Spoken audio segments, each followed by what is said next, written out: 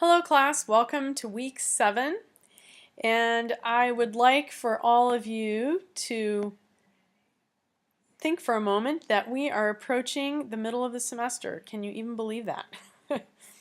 I just wanted to touch base with you about this week's activities, but also clear up a few things about the concert reports. The first round is due coming up. Let's take a look at the calendar. It's due the 23rd, October the 23rd. I'm probably going to extend that by a day or two in case any of you want to go to a concert on the 23rd. So that's something to think about. But if you didn't get to an orchestra concert, don't panic. Pick a different kind of concert. Go to that concert instead. I've steered a few students who have said they have troubles getting out to concerts in the evenings to the fact that we have I don't think I'm going to have to look it up real quick. We have a Sunday morning series here in Albuquerque, and it's called Sunday Chatter. It happens at 10:30 in the morning. It's a new venue. I've been to it, but I haven't been to the new venue. And it's a warehouse type setting. It's a little less formal than some. Sorry, having a problem with my Wi-Fi now, of course. It's a little more informal setting than some of the concert halls. Some of my students have gone to these concerts and really loved it. You can also buy tickets online. A lot of you tried to go to the orchestra concert, and unfortunately Keller Hall sold out, I think, a record time before the concert. This never happens, but they got pushed out of the big hall by Lion King for the entire month. And Lion King, unfortunately, is not one of the concerts that works for us anyway. But take a look here at Chatter Sunday. Regular tickets are $15. But $9 is, say, for under 30 students. I guess what they're saying is they're not going to card you if you are even in the ballpark, probably. If you're 40, try your student ID. But you can buy the concerts online. Taking a look at the Sunday schedule here. Here's October 9th, that was today. They had some folks from Opera Southwest, but I didn't really go and have some fun with this first, so I'm kind of flying blind. But they do have next week, it looks like Turina and Ravel. You can click here for tickets. You can buy them in advance. That's might be attractive for some of you, and it is more expensive than the UNM concerts. However, the upside is that you can buy them online in advance. You might have to pay full price online, and then maybe you could take your ID to get a partial refund. I'm not particularly sure. But if you get there before 10, there should be plenty of time to go to their barista and get your included hot beverage and a cookie. So you don't just get admission, they also provide coffee or tea for you, which is kind of makes it kind of a little more fun vibe.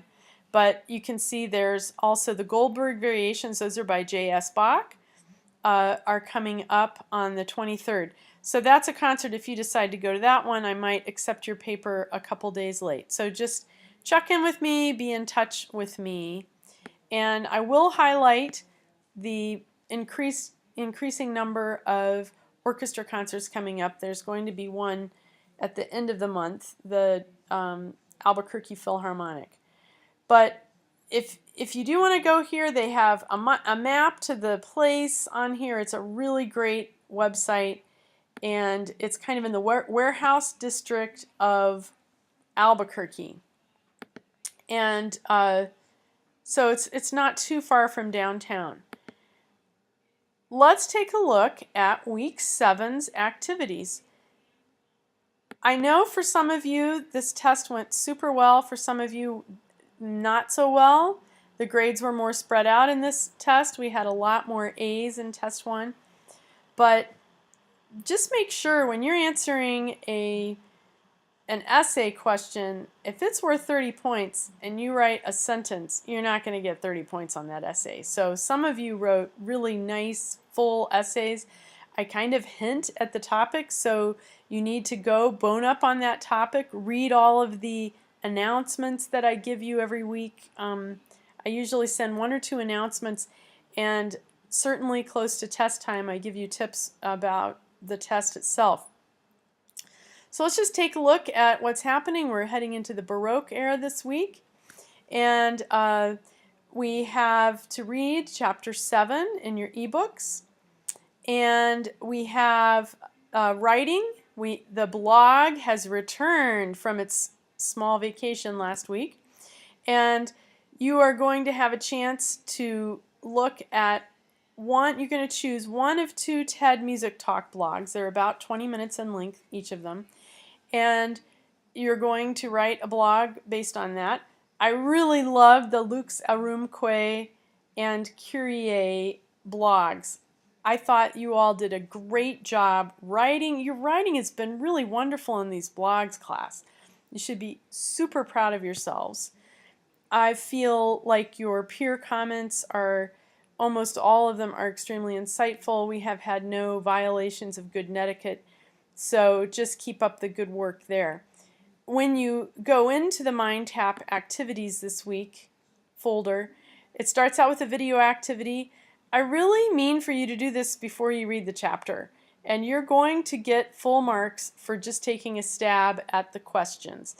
This is just a warm-up activity. It's a new thing they're trying with the textbook, and I'll be interested to hear what you think about that maybe later in the semester, how that's working out for you. They're only worth just a few points, but certainly worth, as my husband, who has been a professor before, says, pick the low-hanging fruit. You will get full points just for making an attempt on this.